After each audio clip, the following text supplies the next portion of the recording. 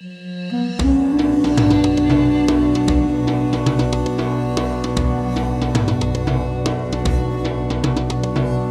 afternoon, everybody. I'd like to welcome you all to the Halftime Talk feature interview. This week, I'm delighted to be joined by Guy Mason, Chairman of the International Foundation for Aids to Navigation, and also former Global Head of BP Shipping. Thank you, Guy, so much for joining us today for Halftime Talk. It's a pleasure, really a great pleasure of mine to join you, and I hope we can have an enjoyable conversation. I'm looking forward to it. I'm sure we will, because of course your sector of shipping is definitely headline news these days, along with a few other words. But certainly the shipping sector has had a very dynamic, couple of years, not just a year of since the war in Ukraine started, but even before that, perhaps during COVID as well. So the yin and yang of that direction of flow in the last 2-3 years has been quite dynamic. Let's start with the sort of obvious question for you. Let's start with the Ukraine war. We're 1 year into it now. How drastic has the impact of the war been on shipping flows? We know what those changes have been, but how, historically speaking, would you say there is a precedent? Well, so the one thing I know about shipping is that it's always dynamic, always exciting. All my time in shipping, there's always things that are happening. There's always geopolitical events that impact it. And so I think specifically for Ukraine, the war in Ukraine, the thing that's happened is that it's caused some inefficiencies. Some new inefficiencies in the market to appear. And that has, if we focus on tankers, and that's probably more of my expertise, that's had some impact on the tanker market, and it's strong today, and it's likely, probably no one knows for sure, but it's likely to remain strong for a while. These new inefficiencies come about because of new importers and exporters as a result of Russia's invasion into Ukraine. So specifically, people having to source energy beyond their what might be obvious near markets, near neighbors. They're having to go further afield to get that energy. And there are many more ship-to-ship STS operations than there have been previously. I think the commentators in the market aren't aligned on this yet, but somewhere between 5 and 10% of all tanker demand is now tied up in STS operations. And so some of this is to do with Russia and new routes getting Russian product to Asia, but it's also the US exporting into Europe, and that's playing a part as well. Of course, okay, so that's what we've seen so far in the last year. And do you expect, I mean, again, we'll get on to navigation and aid to that as well, which is your specialty, but do you expect to see the same pattern continuing for year 2, let's say, of the Ukraine war, assuming it's going to continue as is? Are these patterns permanent? Even if we see an end to the war in Ukraine, how likely is it to impact that? Yeah, I think so. Maybe there are 2 ways to think of this. The first question would be when will Russia normalize relations with the West? And I'd say answers for that, please. Who knows, frankly, not soon, maybe never in the same way as before Ukraine, and certainly beyond most people's planning horizons, I'd suggest. So that's one way to think of it. But another way, and I think this is probably just as interesting, is the shipping industry, which I love, is really good. It's notoriously good at adjusting and improving supply chains. And so we should expect this to happen.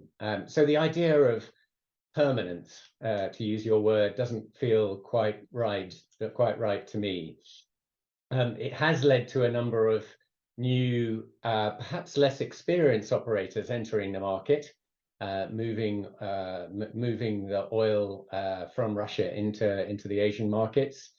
Some of these operators tend to use older vessels, and perhaps we'll talk about this in a minute, but their insurance is a worry for me and probably the industry, because the insurance that they use is probably untested in a big spill or accident. But permanence, no, but probably long-term changes, given that we're likely to have a period of adjustment that'll be long running as a result of the war in Ukraine. Okay, I mean, you're mentioning, of course, you're talking about the dark fleet, quote unquote, of tankers that have been now sort of put into use to transport the illegal Russian oil, illegal from a G7, price cap sanctions point of view. Of course, there are many consumers still taking that freely and not defying any sanctions. How is that impacting? Talk to us a little bit about, first of all, IFAN and what your sort of key selling point is, and how, in your expertise, then, is this new dark fleet impacting safety? Are there any immediate, obvious ways that it is doing that?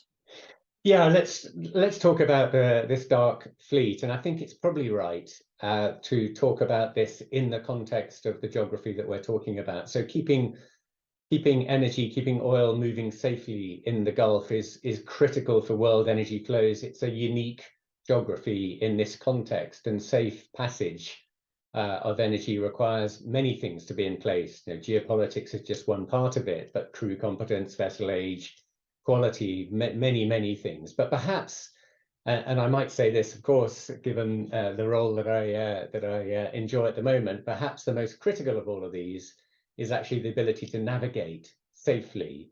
It's really at the heart of ensuring safe passage of energy flows. And so the navigational aids that Minas, the operating company in the Gulf, provides is absolutely critical and central to this safe passage. We've been operating as the responsible authority for 60 years or so in the Gulf, providing and maintaining buoys and beacons and shipping communications and DGPS service to all the shippers. So for the dark thing specifically, it is a concern. Firstly, because it is illegal. It's illegal to turn off your AIS system, and you obviously turn it off because you're usually motivated by trying to do something which is also illegal, like sanctions busting. So it's not good. However, being dark of itself isn't so much of the problem, I don't believe, apart from the illegality, because it's what goes behind that that is the problematical thing. Simply switching off your AIS in the belief that you can't be seen and you can do what you like is, in today's world, a really naive thought. Because a lot of the data that exists in the industry is always light, if we can call it that, opposite to dark, and is always on. And there are many companies that come together to put that data together in a way using machine learning and algorithms and artificial intelligence, so that vessel activity and vessel behavior is very, very visible, whether you've got your AIS switched on or not. So the dark on its own is not a problem, but what's behind it is the worry, and that's the less experienced operators that I mentioned, who are using older vessels, who are insured, but that insurance has not been tested through the conventional shipping industry insurance of the P&I Club system. So maybe it'll be okay, but that's untested, and so that's a worry.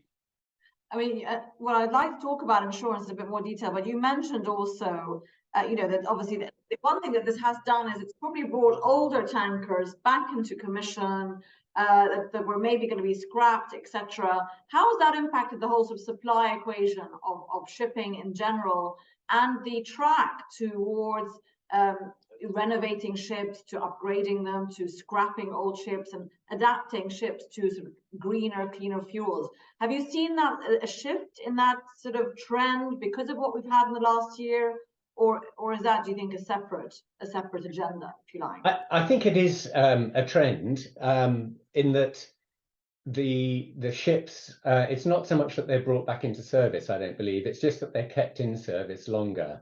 And many operators begin to get increasingly nervous when oil tankers are like 15 years old or more, and they would normally have found their way to scrap, but that's happening less because of the demand from these new operators. You might well ask, well, why are the freight rates so strong? And that is a good question. And I think it's just partly due to the inefficiencies that we talked about earlier. Those inefficiencies are providing a greater impact to the markets than the impact of a few new operators who are keeping vessels on a bit longer. So yeah, in some sense, it will delay the transition to lower carbon fuels if the existing fleet is around longer. But I don't think they'll be kept, for another decade or something. We're talking about a few years, and in the timescale of decarbonising the industry, I think the impact of that will be relatively small. And I mean, insurance companies, as you said, so the legal ships are still operating within the P&I system, etc. Other ships are sort of getting their own ad hoc insurance from countries that are, and companies within those countries that are willing to provide that. Do you see the P&I system shifting in any way or adjusting? Does it need to, because of this sort of two-way track of shipping that we're now seeing develop? The ton miles are changing, the routes are changing, the costs impact of that, or are they just saying, well, we'll just continue to ensure those who are abiding by our legal? I think the P&I insurance system through the clubs, through the International Club and all the other clubs, is a really well tested, tried and tested mechanism, and I think it's a fantastic system where the industry helps out each other, and I'm not sure that needs changing. I think, let's hope there isn't, but let's say there is a big spill which is insured or underwritten by some kind of arrangement other than a P&I club where there isn't a mutual support.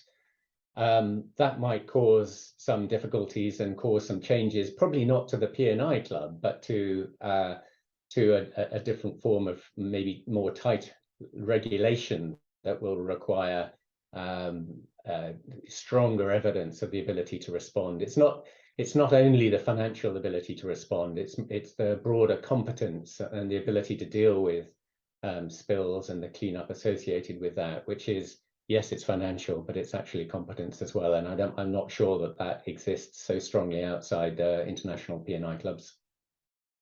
Guy, we mentioned a bit the decarbonisation journey and how the Ukraine war may or may not be impacting shippers' sort of agendas on that. But just putting aside the war, what's your sort of view of how that is progressing?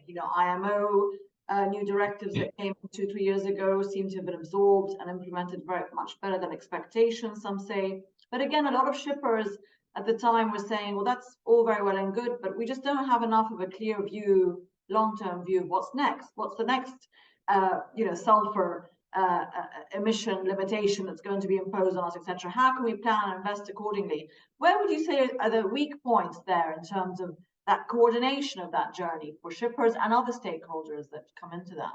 Well, let's hope that the decarbonisation journey doesn't follow the Marple sulfur journey, because that took 30 years, I think, to even agree on what to do. So I'm more optimistic that we'll be quicker in the decarbonisation space. And I think there is a lot that can be done in that space with existing technologies. So there's a huge focus on new fuels and new technologies, but more efficient engines, better route planning, chartering only the most fuel efficient vessels, managing your own vessel speed. All of those things can actually make a material difference to the amount of carbon that you emit, and of course the fuel that you use. And so it's good business as well. The $64 million question is, which of the new fuels is going to be the chosen fuel, or maybe it'll be, which would be my view, a more likely a selection of fuels. Which will be the hydrogen carrier for the future? Will it be ammonia? Will it be methanol?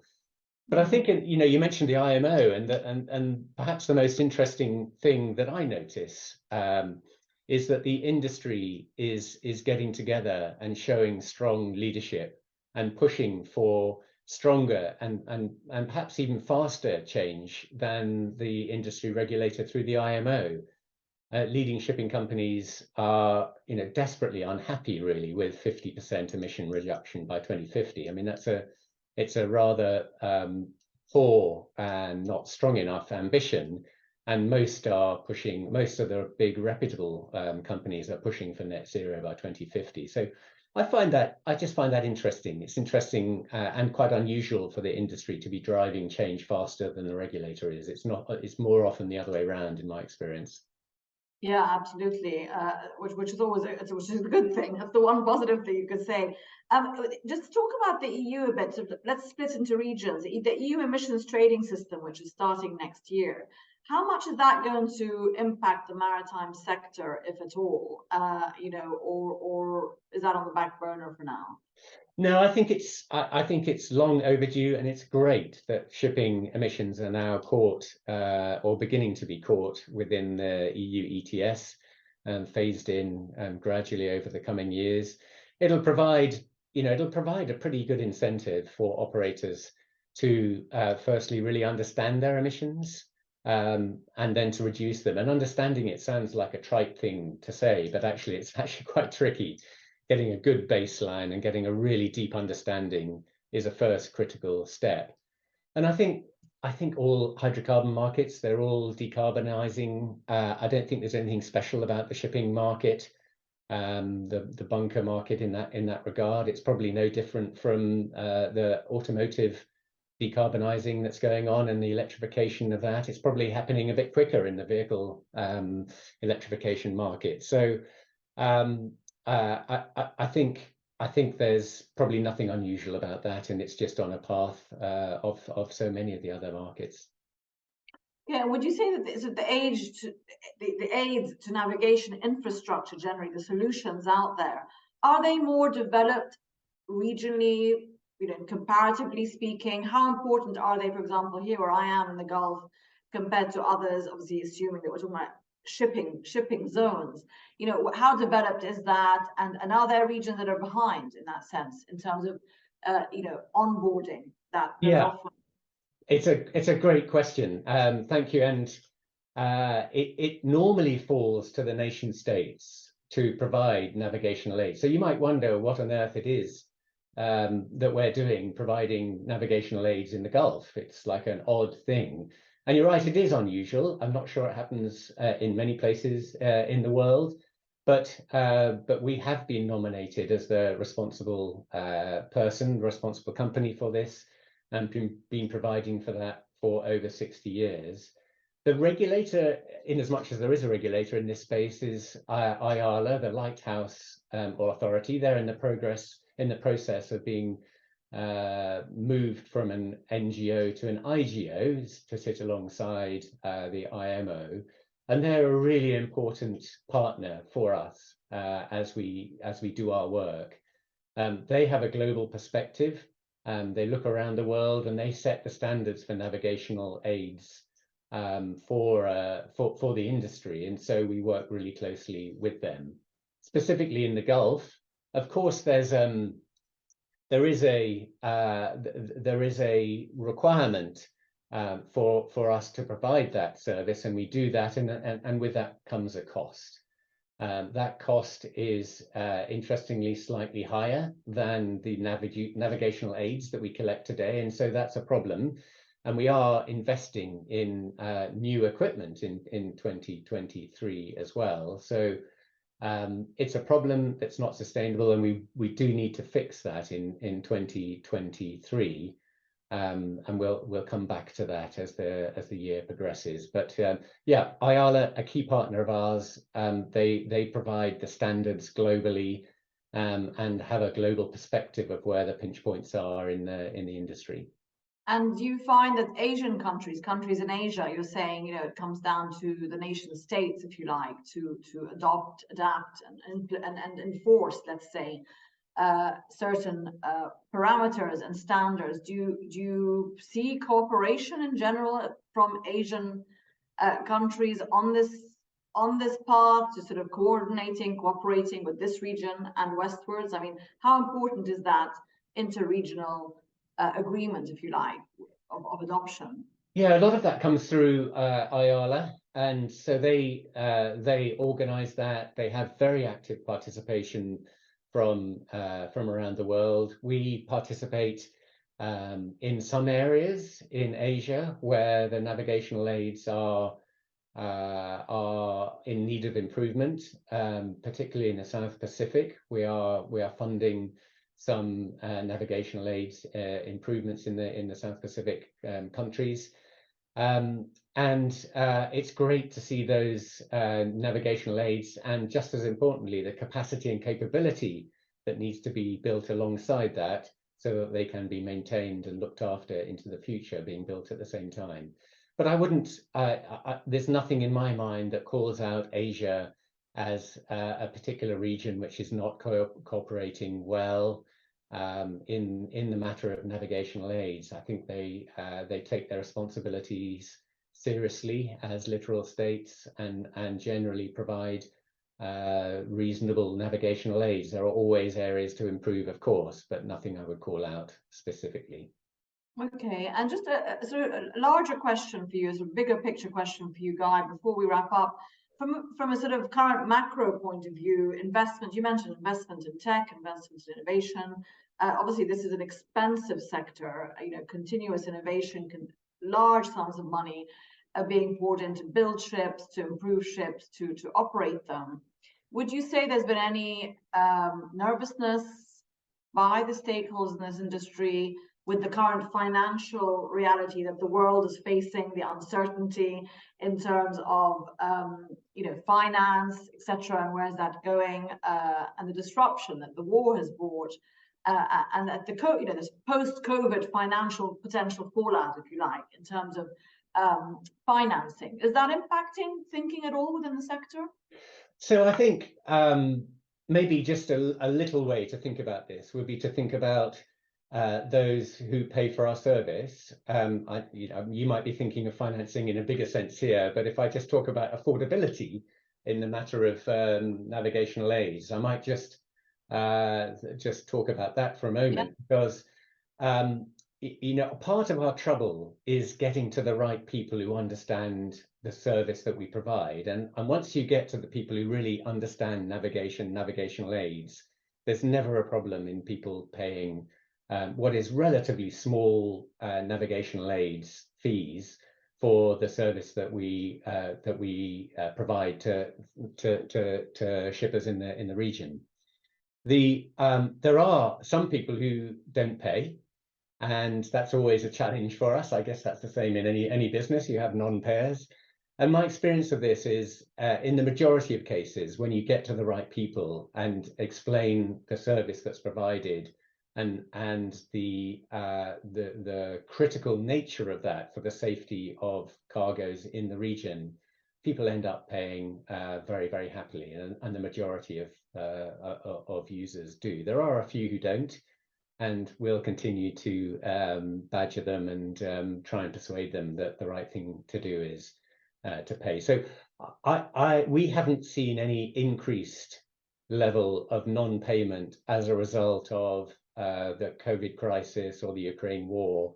We have an underlying level, like most businesses, of people who are slow or difficult to pay, but that's not increased of late. Okay, and just one more question for you, Guy. In terms of sort of forward look, future fuels, if you like, fuels of the future for the shipping sector, you mentioned ammonia, hydrogen, etc. How quickly do you think we're going to see that really? I know there's agendas and there's net zero targets, etc. Maybe cleaning conventional fuels even rather than switching to newer ones. But you know, when do you see, you know, if you like, a completely new fuel shipping sector? Is it 2050? Is it beyond? Where do you see that as a date? Oh, well, certainly before 2050, I hope. Otherwise, our grandchildren will be struggling, I think, with the climate impact. So it's happening now. It's happening now. There are ammonia ships that exist today. There are electric ships. So I think this. Any thinking that there's going to be one fuel which replaces the conventional bunker fuels that we've used today, I think isn't the right thinking. If you're running coastal services, up and down in Norway or around the UK, for example, then a battery driven ship is, you know, a really good solution because you're popping into port often, they're short journeys, they're close into the country. I think when you get into the deep sea segment, then obviously there's more of a debate about will it be methanol, will it be ammonia? They're probably two of the front runners. There are some ammonia ships today. Ammonia feels like a not bad solution to me. It's quite difficult to handle. It's a bit toxic. So that's a concern in terms of training the ship crews. But all of these things are happening now, and we haven't quite reached the kind of hockey stick takeoff yet. But there's no reason why, certainly by 2050, we need to be predominantly on new fuels, in my view. Otherwise, we'll have failed as an industry. And you mentioned training there, and you reminded me of a point that I wanted to ask you about, which is talent and skills, and, you know, attracting the right skill set into this industry to continue to attract what you need today, but also in terms of planning for any new skill sets you need for tomorrow. How competitive is that for the sector when other sectors are also competing for, you know, perhaps similar new innovative young talent that's trained to interpret this data, to create this data, to innovate, etc.? Is that important?